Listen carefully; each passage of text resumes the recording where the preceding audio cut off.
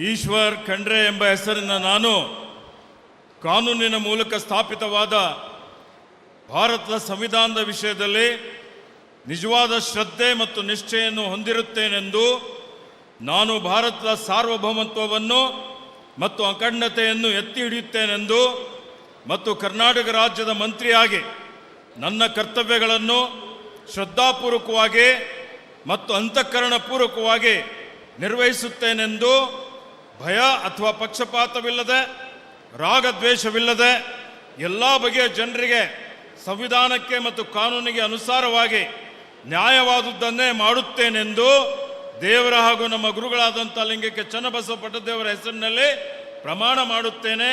ಶ್ರದ್ಧಾಪೂರ್ವಕವಾಗಿ ಪ್ರತಿಜ್ಞೆ ಮಾಡುತ್ತೇನೆ.